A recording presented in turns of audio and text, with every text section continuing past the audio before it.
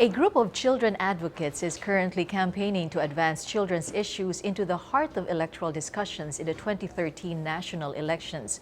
Joining us in the studio this morning are Bata Muna advocates Carmina Sarmiento and Ernesto Almocera Jr. So Carmina is the advocacy manager of the Save the Children policy, while Ernesto is the advocacy unit manager of the Philippine Legislators Committee on Population and Development Foundation, Inc., or PLCPD. So good morning to you both. Good morning. So what children's issues in particular do we need to talk about? What particular children's issues need our attention the most? Yeah, there are a lot of children's issues that we want to be part of the campaign, especially for the political candidates to talk about, and we want them to be part of their platform. One maybe is all about the children in conflict with the law. So we want the law to be fully implemented before it is amended. Second, maybe is all about protecting the rights of children, especially on the culture of physical punishment. We want to change the disciplining style of the parental authorities, and this would be part of our electoral agenda. Is it still that harsh, the corporal punishment that is being practiced by some parents in our country, for us to actually have a particular law to address this? Okay, yeah. A lot of parents are currently punishing their children either through a physical punishment or humiliation. And that's why I think PLCPD conducted a survey before. Oh, what did the survey? I thought by now parents would have a different approach in child rearing. What did your survey say? Yeah, unfortunately, the survey shows that a majority of the Filipino parents practice physical punishment. That's almost 70% of the total Filipino parents, and they claim that 80% out of these Filipino parents also experience corporal punishment. So this is an intergenerational problem. When you say physical punishment, as in yung papaluin sa belt or nakaluhod sa asin, something like that, so meron those are pa rin. types. Yeah. Pipingot. Pipingot. We want to address a big problem in our current policies or laws regarding this, because somehow in our present laws, physical punishment is treated as part of the discipline, and it is tolerated in the guise of disciplining their children. So for those who have who just will claim they will be disciplining their children, then they can use physical punishment. We don't want to penalize the parents, but we want to change the behavior and the pattern, because there are any other alternative ways in doing disciplining children. So you'd like to give additional information on how to discipline your children apart from the usual beliefs that we have in terms of punishing them or disciplining them through physical means. With regards, you also mentioned for children in conflict of the law, there are moves now to reduce the age from 15, the age of discernment from 15 to 12. What did you mean when you said that you want to first address or acknowledge or proper implementation of the law before reducing the age? Yeah. For us child rights advocates and part of this Bata Muna campaign, we don't want the law to be amended right now. We're calling to our implementers to first implement the law before amending it. Unfortunately, since its approval in 2004, the law was not yet implemented fully because of the limitations of the local government units to provide the facilities in caring the children in conflict with the law. And as we observe, some of our officials and officers do not understand well the law. The practice would be to immediately they see that all children who committed crime or whatever type of offenses be automatically released. And this situation are being abused by syndicates, as we call it.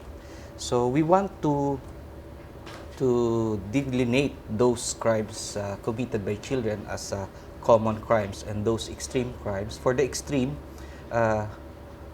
they should still be penalized. However, it should be in a special care, and special attention should be given for rehabilitation, but not automatically released, but they will undergo rehabilitation and put into a youth detention homes for child caring.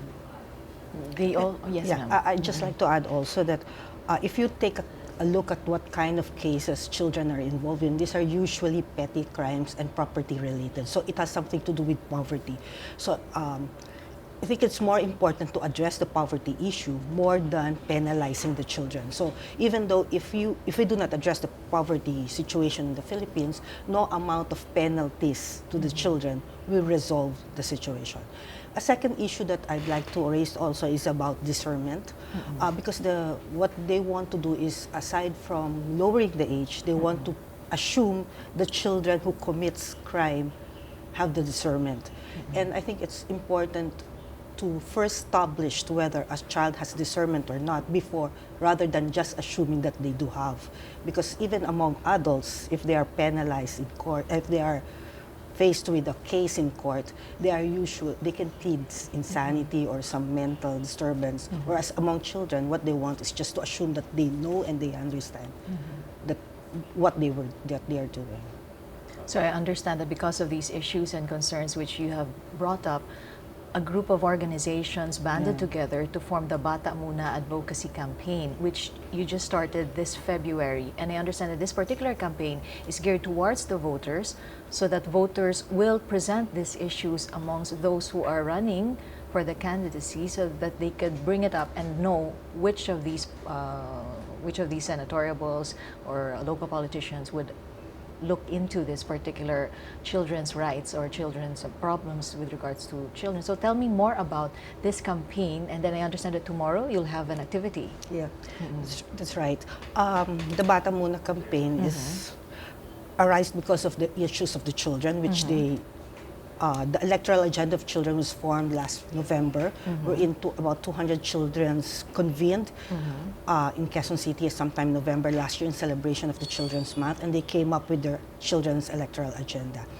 And we know that there are so many issues surrounding children, and the children wants the only way that these issues can be resolved is for us to have political leaders who can stand up for the rights of the children. So this is the reason why the children agreed and adopted this electoral agenda, because they want the political leaders who will be elected in this coming May election to be people who knows and understands children's rights, and as well as who will stand up for children's rights. So the campaign is not only about influencing the voters in terms of not voting because of jingles or popularity or the way the politics are packaged, but rather to vote because of certain issues and the stand of the.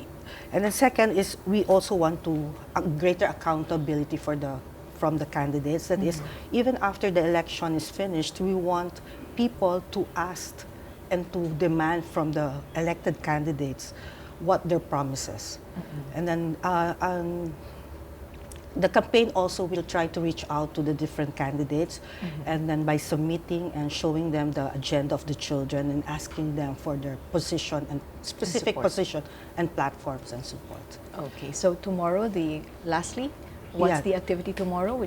Tomorrow there will be a solidarity forum among the supporters, partners, and the children. It will be held in Intramuros. Can I say the name of the venue?